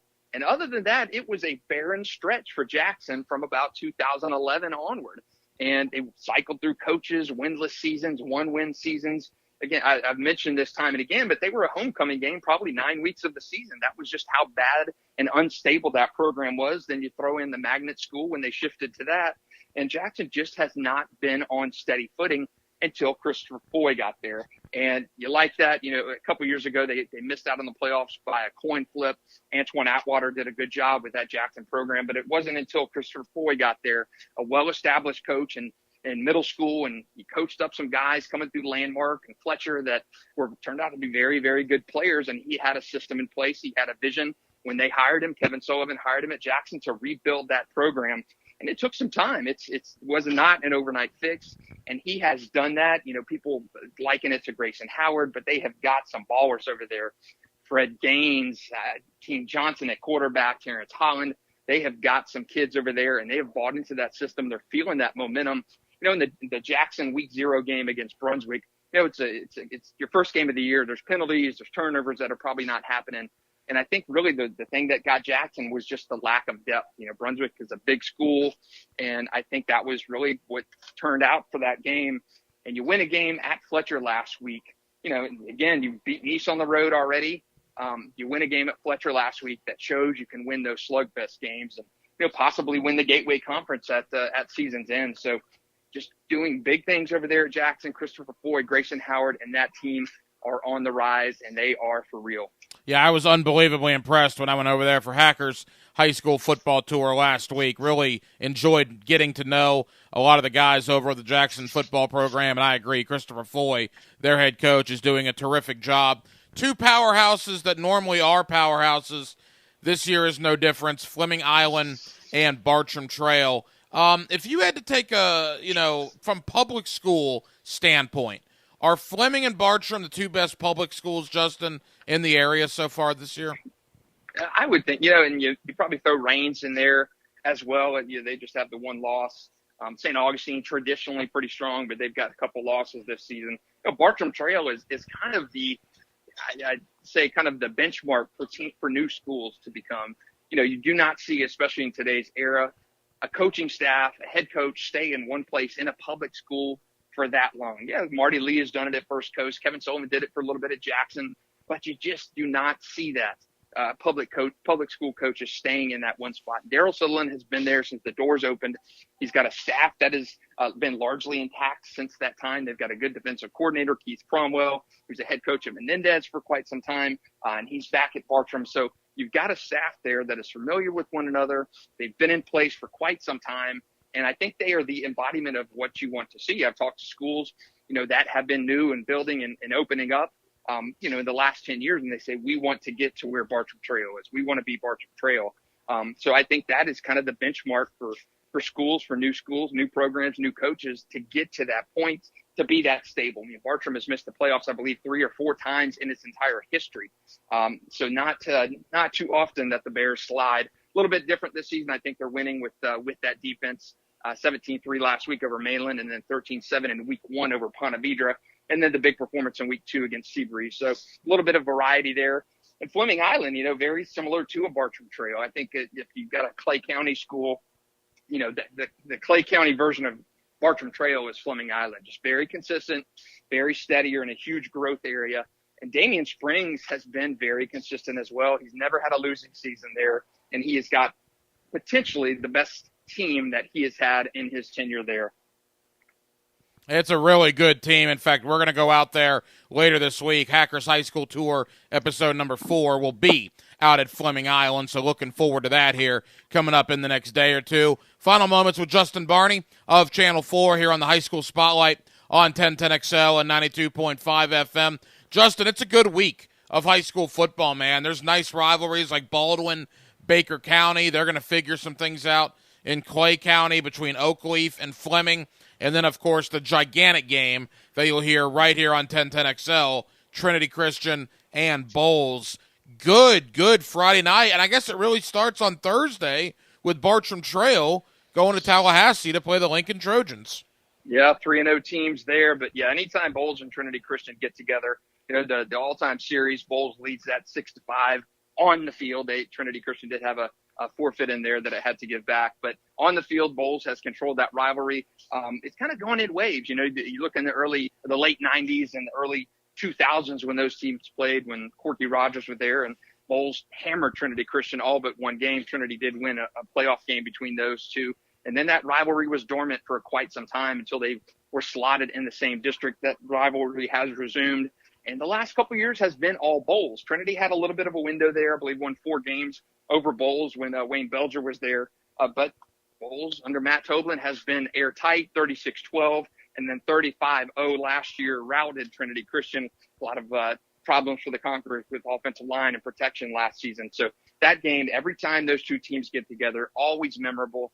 And this one's a little bit different because I think Trinity comes in a little bit hot. Bulls last week, a couple bad turnovers that led to that loss, that 23 loss. The defense played well enough to win that game. But I think in that one, your Bulls, how do you slow down Darnell Rogers and Trayon Webb? That's going to be a question all season long. And I know Matt Toblin, Jeremy Hoekstra, or Josh Hoekstra over there, really looking forward to getting a chance to have their way and try and figure out how to slow those two big backs down. Justin, let me ask you this. For people wanting to go find a game on Friday night, obviously Trinity Bulls, that will be the best game of the night. But like I said, some more really intriguing games around the area. Give the folks 2 or 3 outside of Bulls and Trinity Christian that you would recommend. Yeah, I think a lot of good ones this week. Fletcher at Nice is a good one. That game essentially decided the district championship last year. I think one of the best games in the state this week. Gainesville Buchholz coming up to a red-hot Creekside. How does that one play out? Buchholz has been just a machine in recent years, including last season, ended Nice's year in the regional final. Can Creekside slow down that Bobcats team? Mandarin Atlantic Coast, big rivalry there for the Principals Cup. Even shifting down south, Matanzas and Flagler Palm Coast, a great one there. Oakley, Fleming Island, you mentioned that one. San Augustine and Menendez, that is always a good St. Johns County clash. Menendez has won once in that series, but again, anything can happen in those rivalry games. Stanton and Paxton, the Brain Bowl, always a fantastic one there for bragging rights. West Nassau and Episcopal. How do the Warriors bounce back from shellacking a couple weeks in a row at the hands of Georgia team? Episcopal's trying to stay undefeated. Ed White going to Parker. Can Parker generate some offense? Defense is not the question there with the Braves, but Ed White is a very good offensive team. And Wolfson, your alma mater, going over to Harvest Community, the unbeaten Warriors, see if Step Durham and the Wolf Pack can hand the Warriors their first loss of the season. Yeah, Wolfson actually has played pretty well the last 2 games. I know they lost to Providence, but that was a fourth quarter game. They beat Paxton the week prior. Justin, we got less than 90 seconds to go. Really quick thought as we wrap up. That district begins this week with Buchholz and Creekside. Also in that district is Oakleaf, Fleming Island, and I guess Bartram.